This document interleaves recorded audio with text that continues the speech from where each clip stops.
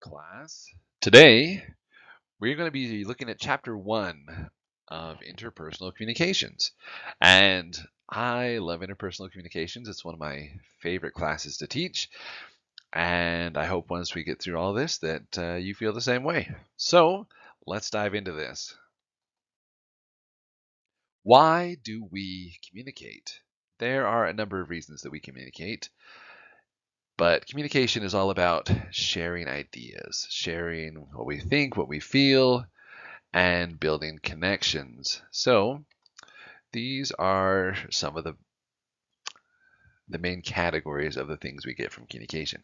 It helps us get our physical needs fulfilled. It helps us establish our identity, who we are. It helps us make connections, make friends, family, helps us feel like we belong. And it helps us achieve our goals.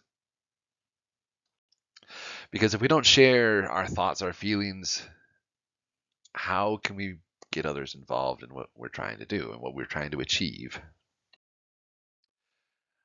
All right, this is a slide. I'm going to have you go to this separately and check out this link. So Lie to Me is a TV series where this guy uses body language and nonverbal communication to different tells to tell when people are being deceitful, when they're lying. And anyway, it's pretty interesting. I hope you'll take a look at it. All right. Have you guys ever heard of Maslow's hierarchy of needs? If not, let's break it down. So, what Maslow's hierarchy of needs is like, it starts with the very basic things. Do you have food? Do you have shelter? Do you have what you need to feel safe? And then as we have those basic things, we kind of move to the next level. It's like, all right, we have food to eat and we have somewhere to sleep. We're safe. Do we have friends? Do we have a community? Do we have something we can be a part of to feel like we belong? Then, once we're through that, then how do we feel about ourselves? Do we have a healthy self-image? How's our self-esteem?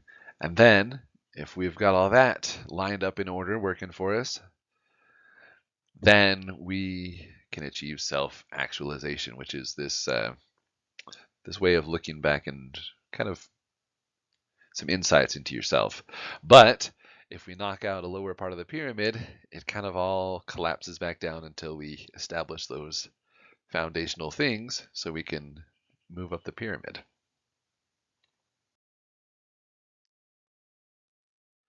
And so this next thing we're going to talk about is one of the different models that we use to understand communication.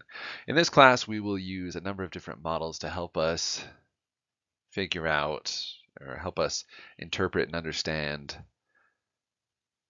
how these things work. Bring it to help it make sense. So this is the linear view of communication. So this is the very simplest way of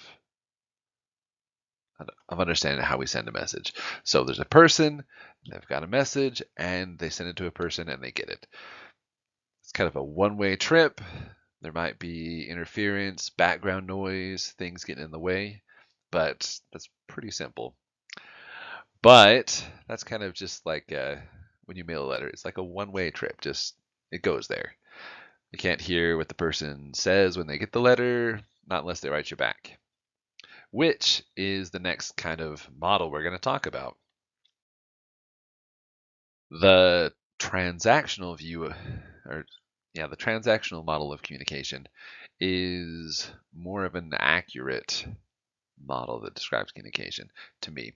Instead of it just being a one-way trip, the transactional view of communication is a two-way thing. So there's a person, they send a message, and the person on the other end, they receive that message and they're giving feedback. And this feedback can come in a number of different ways. They can send a message back, like saying like, yeah, I'd love to do that. I'd love to to go get lunch, whatever. Whatever the message is, they can send a verbal response. But if we're communicating, there's this whole broad category of things that fall into nonverbal communication. So here's an example. If you're talking with your friend and you bring up something and you're like, hey, do you want to go with me to check out the corn maze? But you notice immediately that when you ask, instead of being like happy and positive, they just like kind of look sad, like, ugh, like, or hesitant.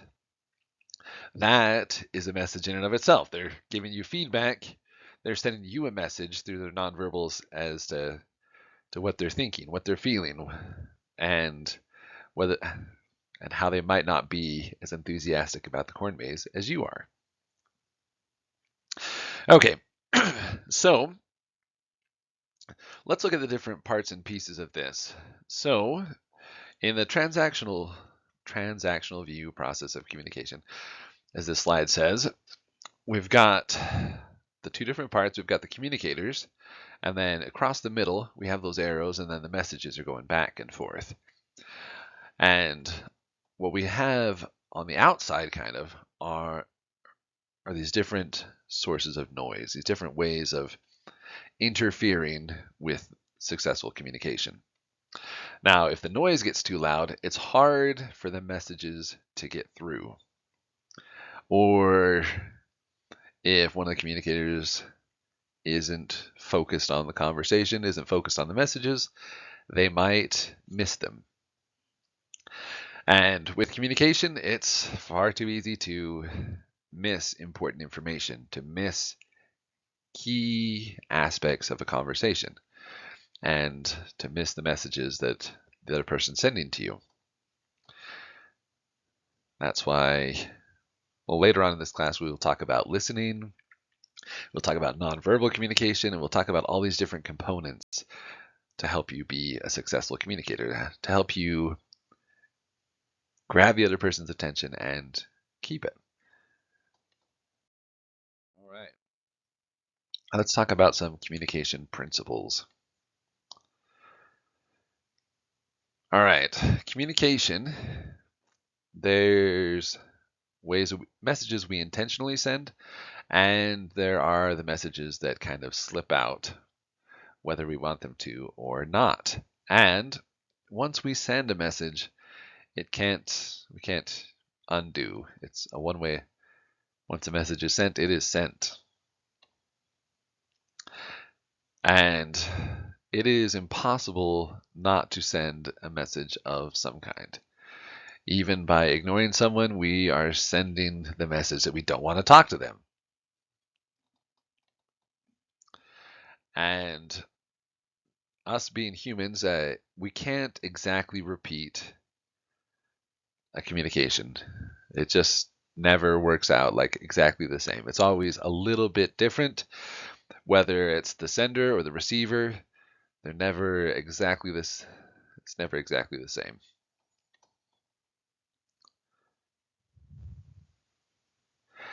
And communication is, especially interpersonal communication, has a relational dimension. It's related to how we interact. Are we trying to be friendly? Are we establishing that we're enemies, that we don't want to talk to you, we don't like you? There's this kind of how we will interact going forward. That's part of communication. Now, there are some things about communication that are not true. Some things that we think about, but it's not really the way it works. So, an example of that is you might think that more is always better. Now, that is not always the case. More is not always the best solution. And the meaning isn't in the words, but we use the words to help us come up with the meaning.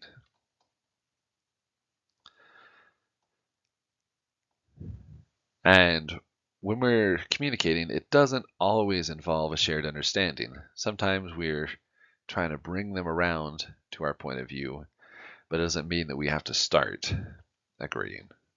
And sometimes the intentional end result is that we do not understand, that we're not on the same page. All right. And another misconception about communication is we don't cause how someone else thinks or feels or how they react. We send a message, but we don't choose how the receiver interprets that message. That is on the receiver side of things, and they're responsible for that on their own. And unfortunately, the hard truth is communication will not solve every problem. That's a hard truth, but it can help us come closer. It can help us work out other solutions. But we're going to have to accept that communication isn't the end all be all, but it can make most everything better, I would say. All right, there's another clip. It's by Studio C. Please take a look at that one. I found it entertaining. All right, let's talk about the two views of interpersonal communication. We've got quantitative and qualitative.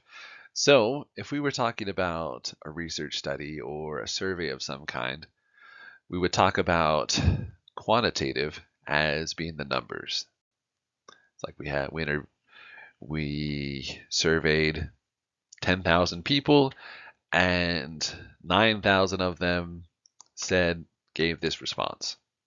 Whereas qualitative would be their thoughts, their feelings, their impressions. That would be the kind of information you'd be seeking from there. So when we talk about interpersonal communication, when we talk about quantitative, we're talking about the interaction between two people, and it's usually a face-to-face, aka a didactic communication. So one person to another, face-to-face, you're talking to each other. Qualitative, that is more of when we treat people as individuals. And regardless of the context, and we treat them as people, what they think, what they feel, and it requires additional effort to really treat a person as a person. All right, let's talk about competent communicators. We'll be able to choose their actions from a wide range of possible behaviors. They'll be able to give appropriate responses. They'll be able to perform a desired behavior. They'll be able to get what they want out of it. A competent communicator won't be stuck to their own way of thinking, their own way of looking at the problem. They'll be able to be flexible enough to approach it from the other party's point of view. They'll be able to step into their shoes and look at the problem from a different angle.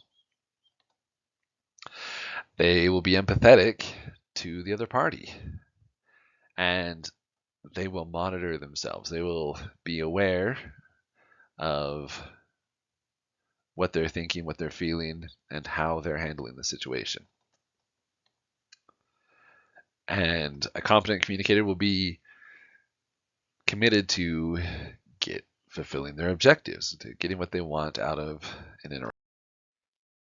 All right, this is the last slide for this chapter, and I want you to go ahead and take a look at this clip, and then don't forget to take the reading quiz and do the other assignments related to this week. And anyway, that's it for now. I'll see you in the next one. Bye.